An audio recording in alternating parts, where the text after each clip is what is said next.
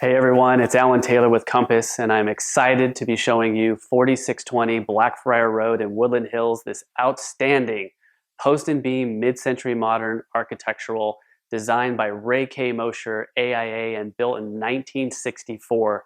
The artistic and creative owners of this house carefully updated the fixtures and finishes while preserving Mosher's well thought out environment.